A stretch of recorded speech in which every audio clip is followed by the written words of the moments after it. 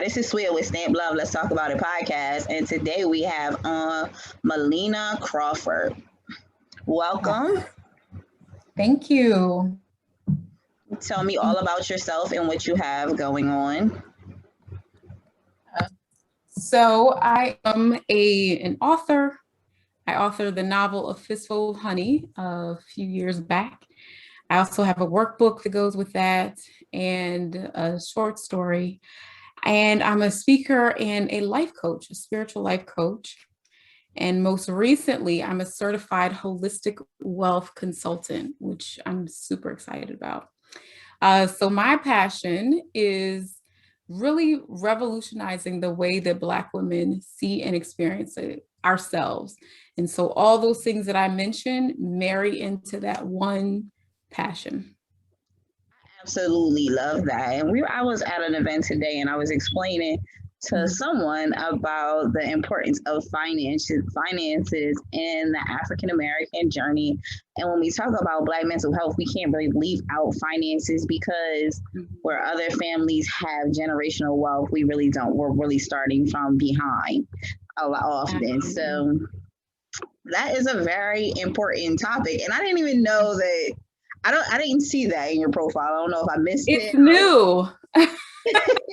It's new. So I've always done real estate investing. It's another huge passion of mine. Real estate investing, creative passive income, and really getting out of the rat race. So holistic wealth is really just putting all the things that I care about into one bucket.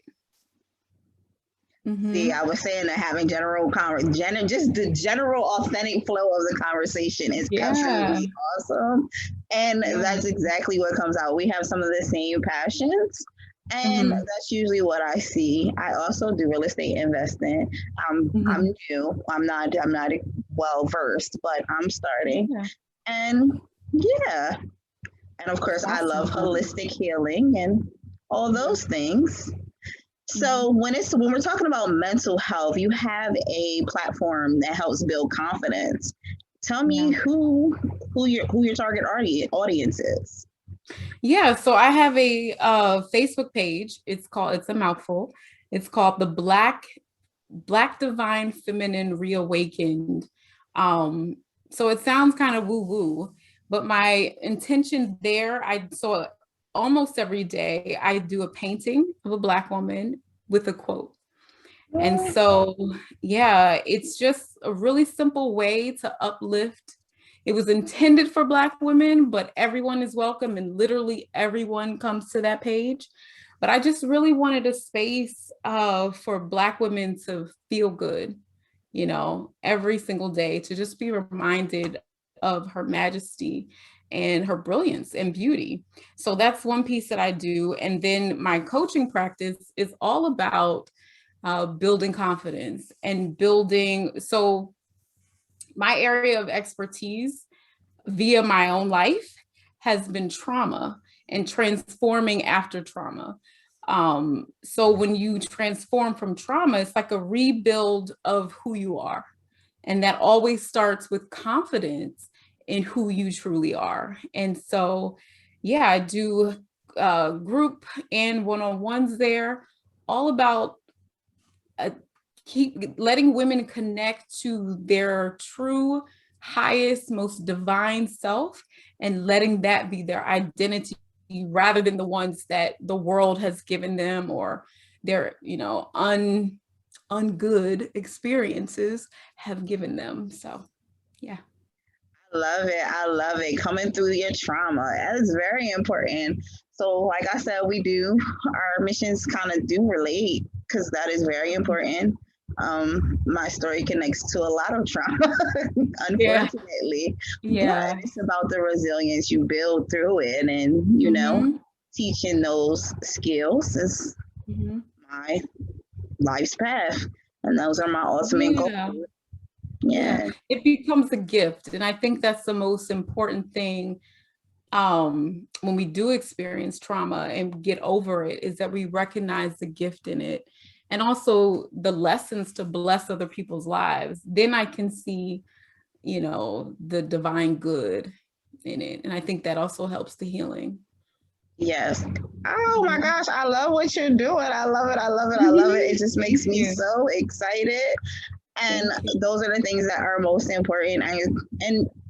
And teaching it to younger women, like the younger they get to know that they can hold space for themselves and it's okay. Because I remember feeling like it just wasn't okay. It just wasn't okay to hold space for myself and what that looked like. Right. And just knowing who I am and finding out who you are in that. And that's a never ending journey in it. It is. So, it is. Yeah, I love it. It's a beautiful one. Yeah. Yeah. I love the work. I love the work. I would love to be. How could we find you? Tell me how we can find you and become part of what you have going on. Yeah. So you can join my, let's see. So I've got Instagram at Melina Crawford. Go to my website, which is under construction, but probably by the end of today, melinacrawford.com. You'll find some goodies there. Definitely like the Black Divine Feminine Reawaken. I know somebody's gonna have to write that down somewhere because so many words. But every single day, if nothing else, you'll get a little blast of inspiration, and it kind of serves as like this digital mirror to remind you of who you really are. Like, yeah, I'm awesome. Let me check that out. So all those three places. And then you can find the novel on Amazon, Books A Million, or Barnes and Noble. And that's A Fistful of Honey. And that really is a reflection of my journey from extreme brokenness to healing, and then even some more magic sprinkled in there. Yes. I love it. So if you could tell somebody how to get unstuck or how to become unstuck, what would you say? Oh, there's so many ways that we get stuck. I think the most common of them are doubt, fear, shame, and guilt. So a lot of times we know what we need to be doing, but any one of those four things will stop us in our tracks.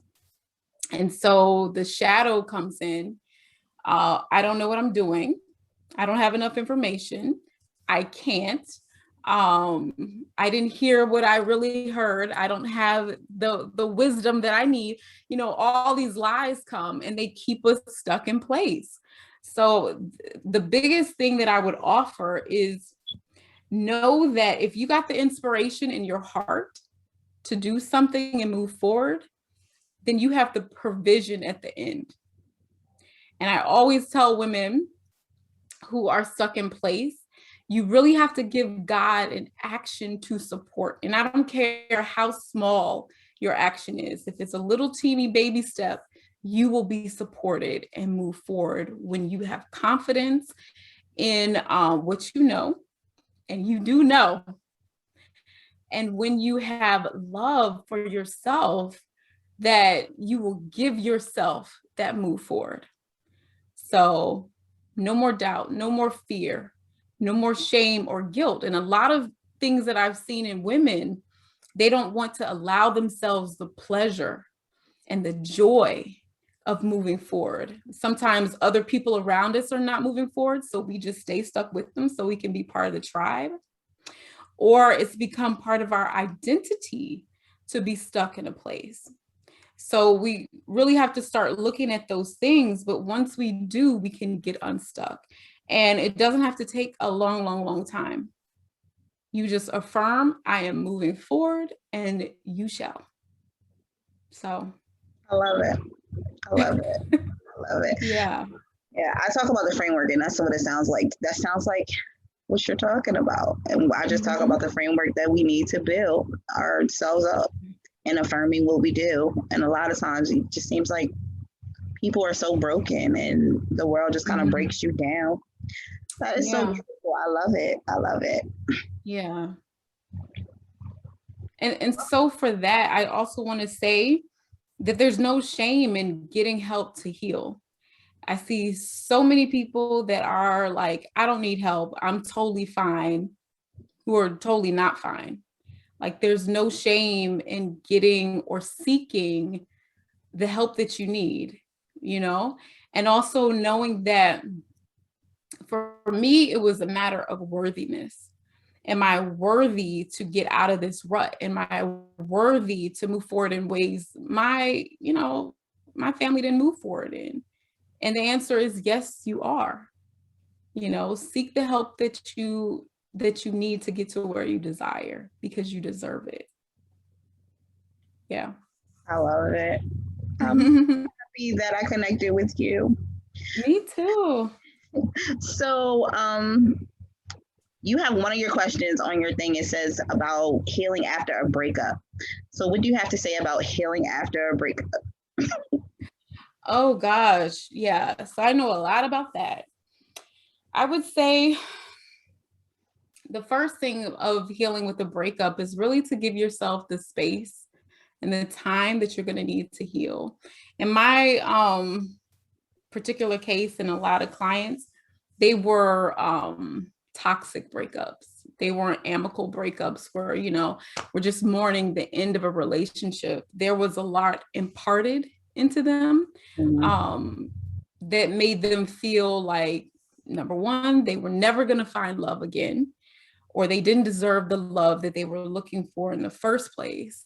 And so that pause that you take after a breakup is so crucial, so that you can just take inventory of the ways in which it harmed you.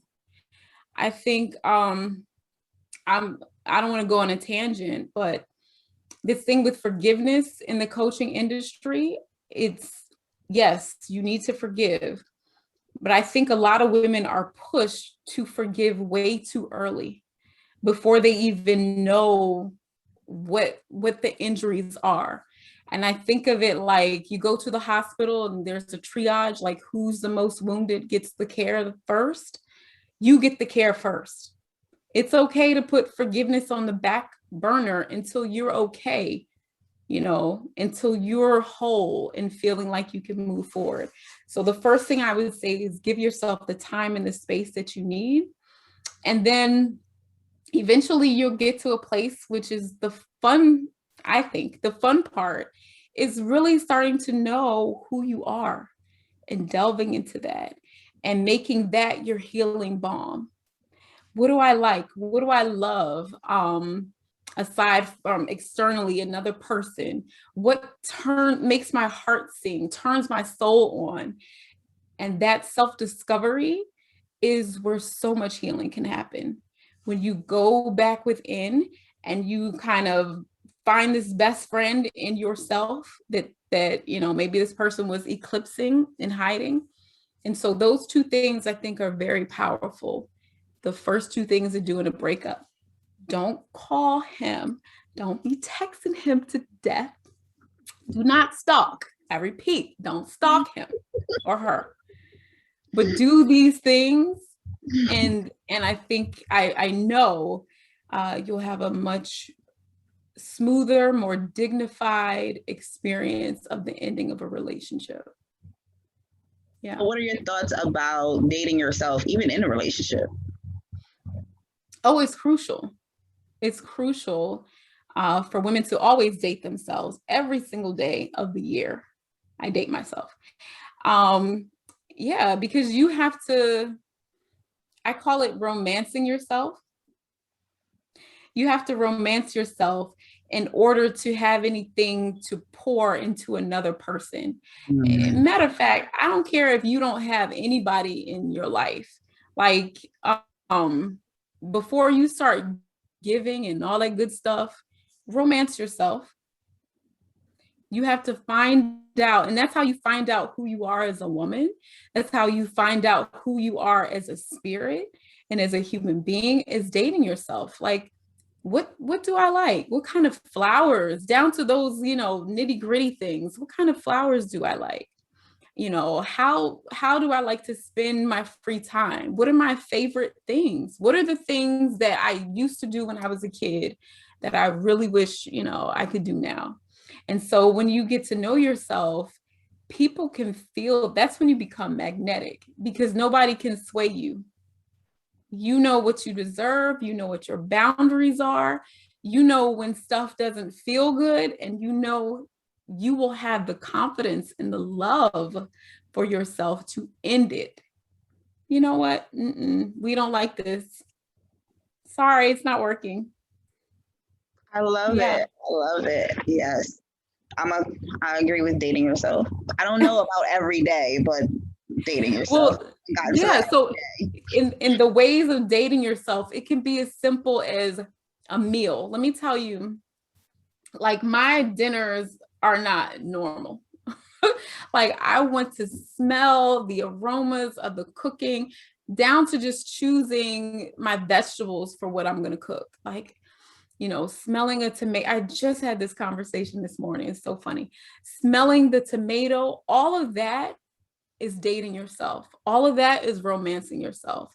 No matter how simple the activity or mundane the activity, you are dating yourself. When you really want to calm down and, you know, it's been a long day or it's been a stressful day, romance yourself. What kind of candle do you love? You know, light that sucker up. How many pillows do you need? Like, it's all about just the love that you show yourself, you know, like, and it doesn't have to be all day, but in some special ways, choose one simple way. Like, you know what? This is a time that I'm gonna date myself. It could be like your bath time. I put rose petals in that thing. I put you know, all these ingredients and stuff. That is a date. Bath time can be a date. Meal times can be a date. Bedtime can be a date. So yeah, we can do it every day, believe it or not, but it doesn't have to be extravagant at all. And it makes huge shifts and changes in the way that we show up in the world. I love it. I love it. For me, I feel like food should be colorful. Like that's one for me. Mm-hmm. Like the colors of the food, like they should be a bunch of different varieties. Yes. And I don't want a bland plate. I want it to be fruits and vegetables. And even as a girl, I want the fruits and the vegetables, and I want the popping in my food. It just feels like it goes down better.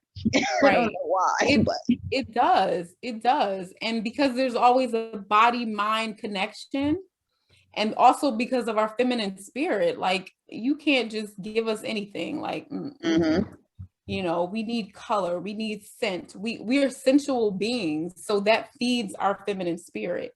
So yeah, I need beautiful meals at the very least. Even if you have takeout or something, like I plate it on a beautiful plate and make sure that I have the time to enjoy my meals.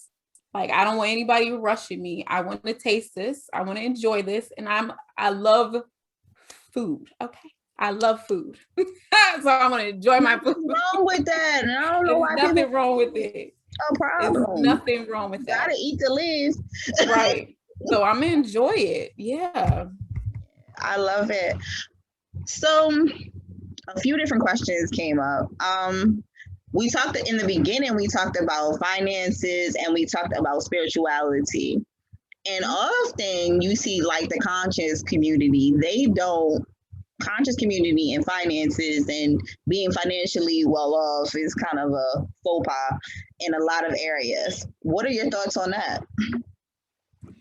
I don't really know the pulse of the conscious community. I can't speak on, you know, what their philosophy is, but I think like, okay, so I'm in holistic wealth. So you need financial wealth. I mean, we live in a transactional world. So if you want nice things, you're going to have to pay real money for the nice things. Also, I believe that abundance is holy. I believe that prosperity is divine. And it's our divine right to expand our territory, to be wealthy. I think that is very, very, it's holy. And so I don't agree with this idea that poverty is somehow more noble than than living a life of abundance. And I think it's a little foolhardy, if I was being honest, you know, like you can help so many more people. You can be of such greater good, I think, when you have resources, you know, because resources buys good healthcare. If one of our family members is ailing, like, what are you going to give them to, you know, fix their body? You can't, you know, you can't give them a handful of sage. Like they're looking for money. And also I think that it's really part of our foundation, especially us, especially African Americans. Like for so long we went without, but now we have the resources to really build our wealth.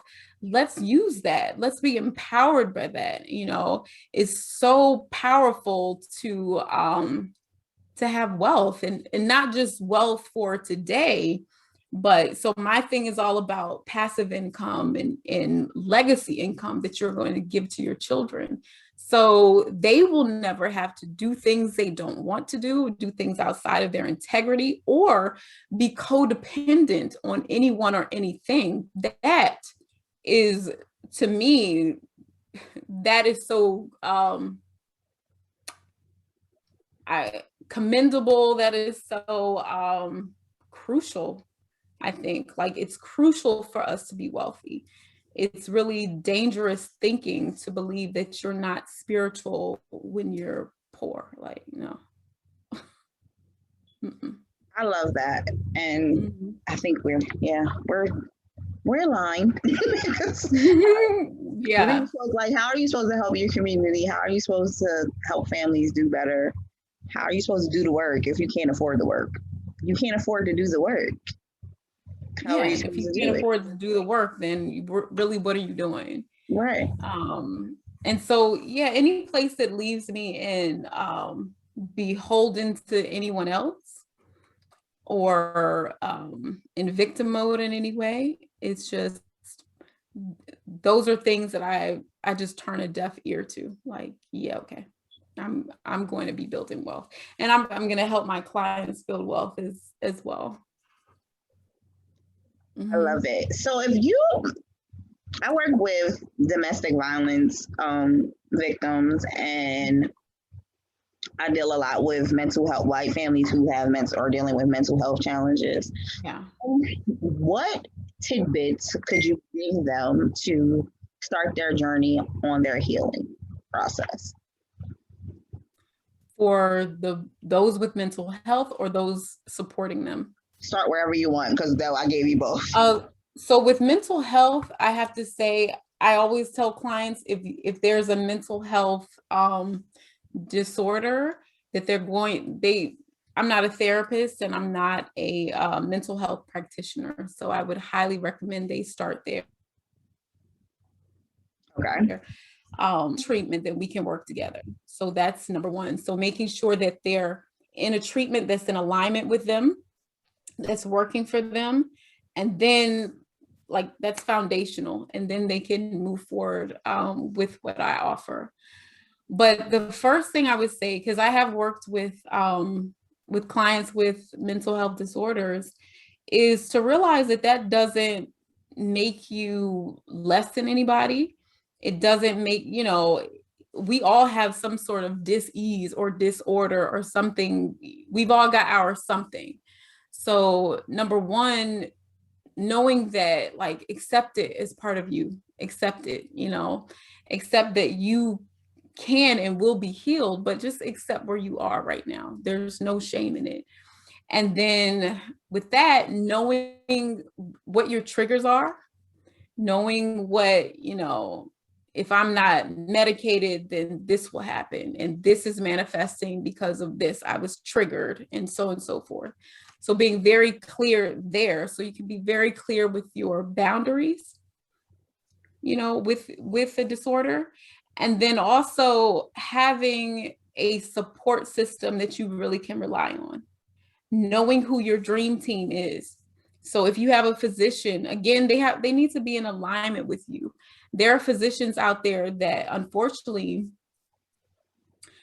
don't really have the capacity sometimes, or the bedside manner. And I've seen clients diminish because of the care that they were receiving, because, it just did not affirm their humanity. And so they would either go off their medication or stop going completely, or just really be diminished inside.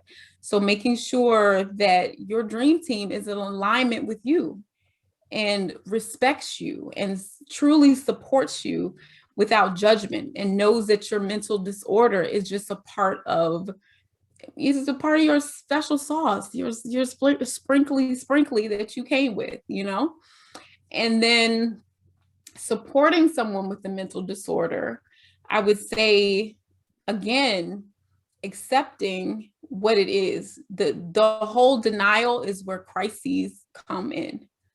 When you're not realizing that, let's say, how you can trigger your loved one, or how certain events in their life can really throw them off wildly. So really being accepting of that. And then boundaries again, creating boundaries where this is how we communicate when you need help. This is how we communicate when my expectations of you were not met, and so on and so forth. So specifically, I'm talking about alcoholism, drug abuse, those sort of things, because we know they can really break up families, when certain behaviors continue. So it's important to boundaries, like this is what will happen when this happens, and these are my expectations of you, and this is what I need you to do when you need help. This is what I need you to do when I need help. You know what I mean? And then, so once all of that is in place, I think the healing really comes with being 100% honest with ourselves. First, realizing that you truly are whole. You truly are whole. You're not this imperfect, ostracized being. And realizing, okay, so the things that are coming up for me are all okay. They're part of my journey. They're part of my process. And just being honest about what you need to move forward. Be honest about what you're feeling, and the skills that you need that will support you through your process. Like I coached a woman she was bipolar. And so for her, just knowing what triggers an episode, what really, and for her it was isolation and judgment. So really being honest about those things in order to move to the next step. I hope that was clear. I'm feeling like I'm rambling. That was clear, and I liked your answer, so it worked. Okay, good. So for the domestic violence, is it the same or is it different? So domestic violence is very tricky. Both. Domestic violence is very tricky because, number one, if a woman's life is in danger, it's depending on if she's outside of the home with the offender or not. If she's still in the home, it's, there's a pattern where she's going to stay, or he, women, men can be abused as well. They're going to stay. So it's very hard to work around that paradigm that she has, the loyalty to her offender. And also, like I talked about, being so broken down, her self-esteem just decimated, that it's a rut that until she removes herself from the offender, it's unfortunately, it's high likelihood that it's going to continue, especially when she's still being abused physically, when her life or her children's life or his children's life is in danger. It's very hard to break that. Now, if she's come out of contact with the offender there's a whole, like, it's almost like you have to completely rebuild her persona because it's been broken down so badly, down to her identity. It's a complete identity rebuild. And a lot of times she can't seem to detangle it from the offender because it was all about doing whatever she needed to do or being whatever she needed to be in order to survive. Right. You know, so then you have to pull that all apart and really get to who you are. What I've seen in women who were victims, so there are two groups: women who are recent victims and then women who this happened several years ago. If you've ever heard of narcissistic abuse, mm-hmm. and narcissistic patterns, you'll see that a lot, you know, just so the narcissist is someone who just really breaks somebody apart for their own lack of esteem and their own lack of purpose and personhood. And so women, especially when they've been in these kind of relationships for years, it's like the narcissist idea of who they are is stuck and ingrained into their psyche. So we have to do a lot of detoxing. These are my beliefs.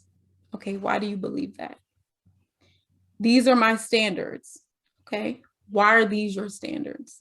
You know, like, and then what are her values? Because her values have been whatever the offender wants. So what do you now value? What are your standards now? And so we have to build her up in that way. But it absolutely can be done. And I think at the core of it, it has to be something within her.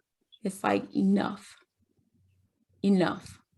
I don't deserve abuse. That's the switch that turns everything, you know, to the transformation. I don't deserve the abuse, because a lot of women that are still with the offenders still feel like they somehow deserve the abuse. It's some kind of inherent flaw in them that attracted the abuse or attracted the abuser. So until we can get that switch to turn on where she is internally motivated, like this is done, then until then, can we start the work of rebuilding her? But it has to be that that spark in her that'll turn the fire on. I don't deserve this abuse. I want a completely different life. And I and my children, if there are children, deserve a completely different life. And so that's where we start. I would agree. And I love